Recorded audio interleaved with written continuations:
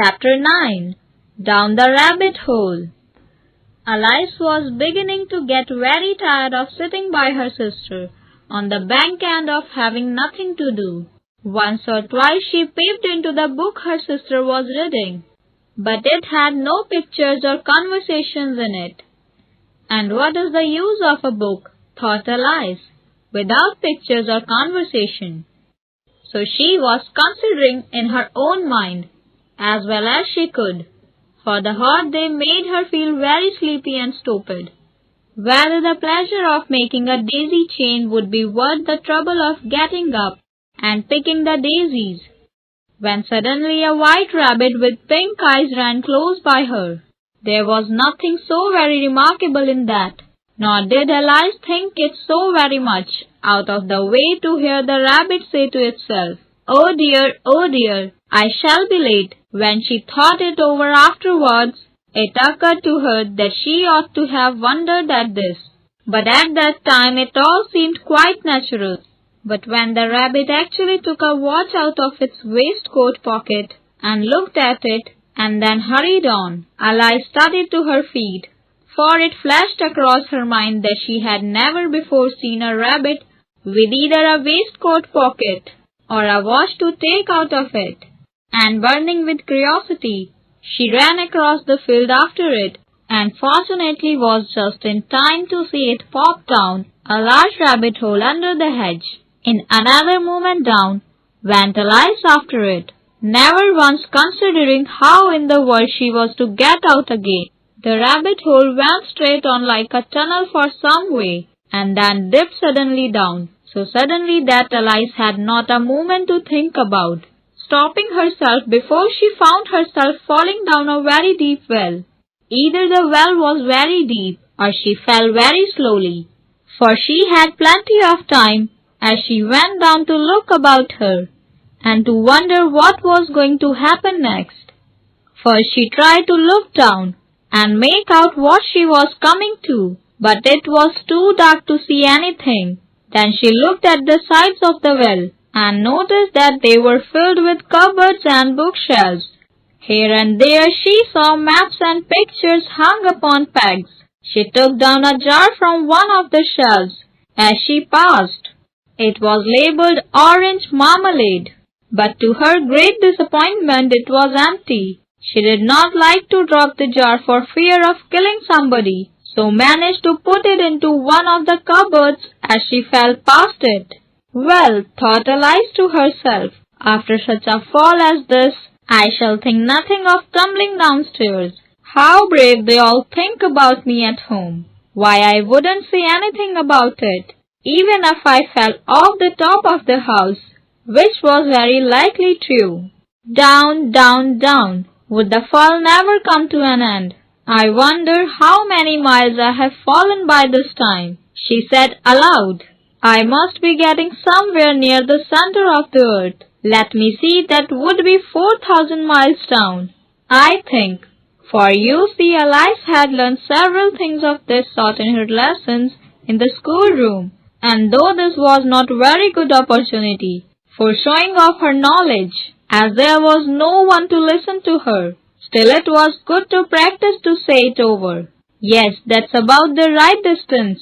But then I wondered what latitude or longitude I have got to.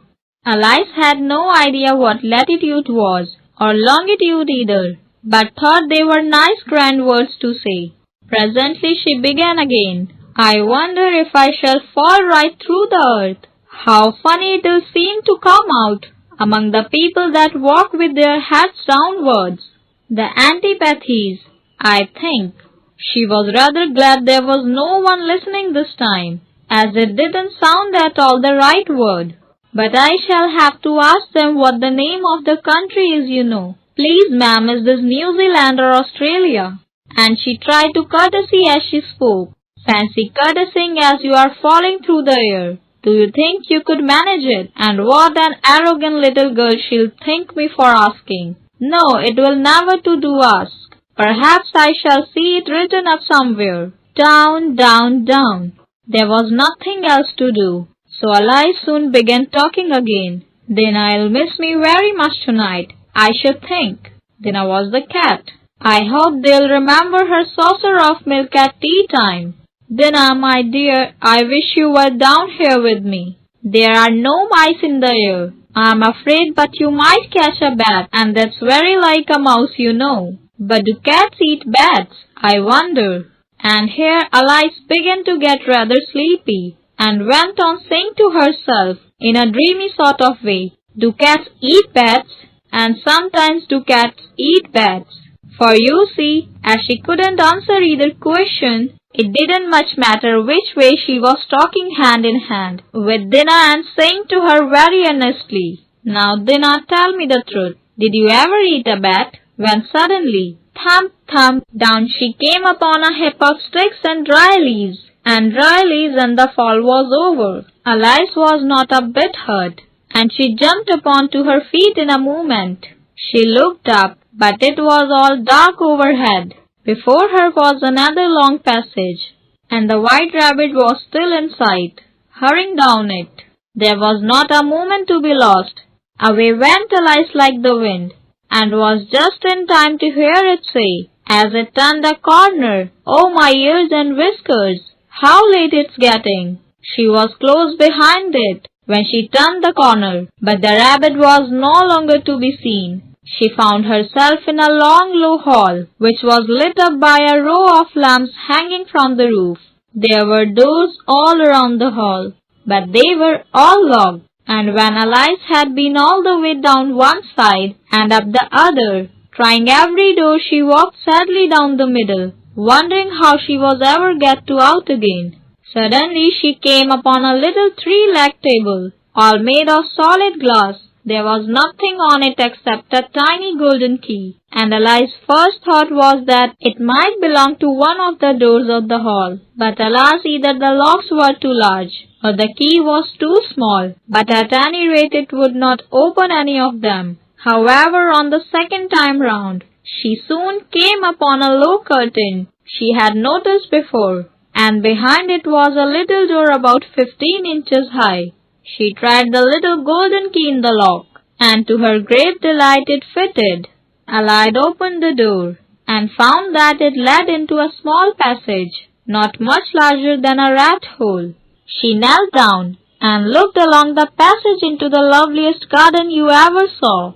How she longed to get out of that dark hall, and wander about among those beds of bright flowers, and those cool fountains. But she could not even get her head through the doorway. And even if my head would go through, thought poor Alice, it would be of very little use without shoulders. Oh, how I wish I could shut up like a telescope. I think I could, if I only know how to begin. For you see, so many out-of-the-way things had happened later, that Alice had begun to think that very few things indeed were really impossible. There seemed to be no use in waiting by the little door, so she went back to the table, half hoping she might find another key on it, or at any rate a book of rules for shutting people up, like telescopes. This time she found a little bottle was a paper label, with the words "Drink Me" beautifully printed on it, in large letters. It was all very well to say, "Drink me," but the wise little Alice was not going to do that in a hurry. "No, I'll look first," she said, "and see whether it's marked poison or not," for she had read several nice little histories about children who had got burnt and eaten up by wild beasts and other unpleasant things.